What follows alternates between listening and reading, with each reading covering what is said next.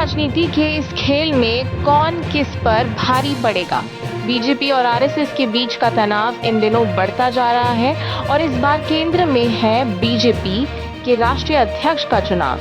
क्या अमित शाह अपनी पसंदीदा टीम को आगे बढ़ा पाएंगे या फिर से आरएसएस अपनी पकड़ मजबूत करेगा? कहानी यहां से शुरू होती है जब बीजेपी अध्यक्ष पद के लिए नए नाम पर चर्चा हो रही है। अमित शाह ने पहले ही अपनी प्लानिंग कर ली है। वो चाहते हैं कि उनके करीबी सहयोगी भूपेंद्र यादव इस पद पर आएं। क्यों?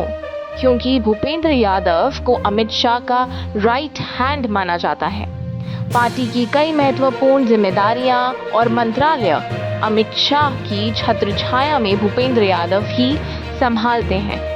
भूपेंद्र यादव को अमित शाह का विश्वास पात्र माना जाता है। चाहे पार्टी के भीतर की रणनीति हो, चुनाव प्रबंधन हो या फिर राज्यों के समीकरण, भूपेंद्र यादव हमेशा फ्रंट फुट पर खेलते हैं। लेकिन यहाँ कहानी में ट्विस्ट आता है।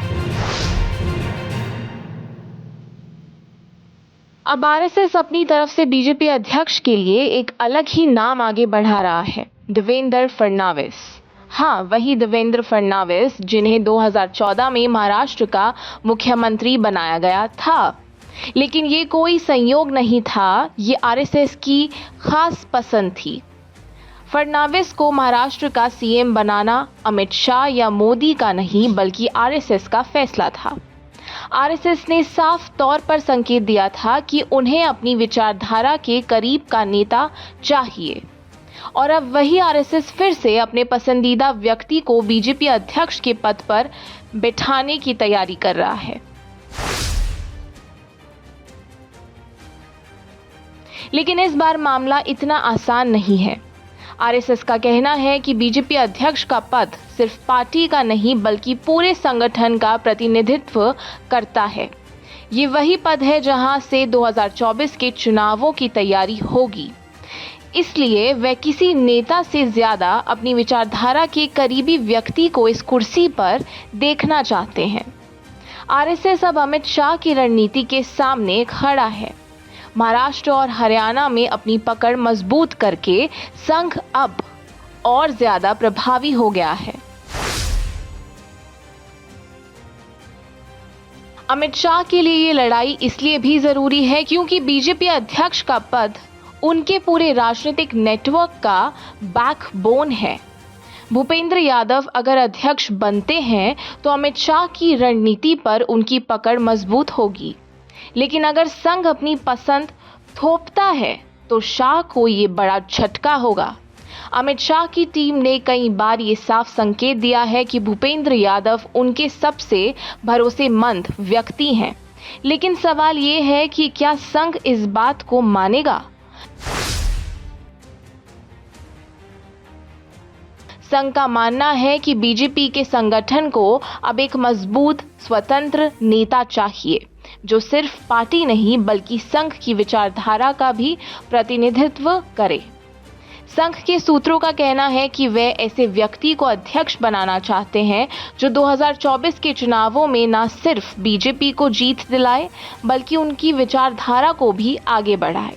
यहीं पर देवेंद्र फडणवीस जैसे नाम आगे आते हैं। संघ के लिए फडणवीस हमेशा से भरोसेमंद रहे हैं।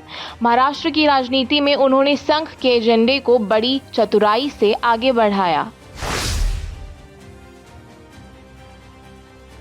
अब सवाल उठता है कि नरेंद्र मोदी इस पूरी लड़ाई में कहां खड़े हैं।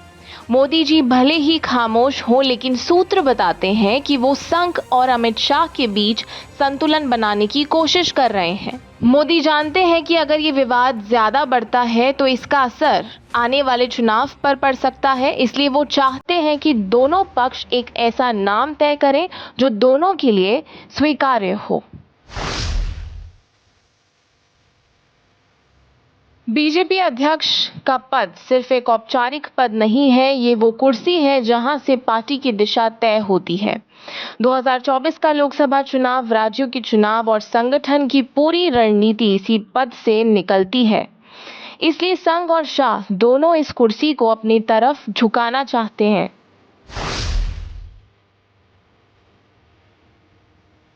अब सवाल ये है कि ये कुर्सी किसे मिलेगी? क्या अमित शाह अपने भरोसेमंद भूपेंद्र यादव को इस पद पर बैठा देखेंगे या फिर संघ अपनी पसंद थोपेंगे और किसी नए चेहरे को बीजेपी अध्यक्ष बनाएंगे? जो भी हो, ये लड़ाई बीजेपी और आरएसएस के बीच बढ़ते तनाव को साफ दिखा रही है। 2024 का चुनाव तो हम लोगों ने देखा ही है, लेकिन इसके पहले ही बीजेपी और संघ की इस अंदरूनी खींचतान से बड़े राजनीतिक भूचाल आने की संभावना भी दिखाई दी। तो दोस्तों, अगला बीजेपी अध्यक्ष कौन होगा ये देखना दिलचस्प होगा। क्या ये शाह की पसंद होगी या फिर संघ की? और ये भी तय है कि जो भी इस कुर्सी पर बैठेगा वो ना सिर्फ बीजेपी बल्कि पूरे देश की राजनीति की दिशा तय करेगा।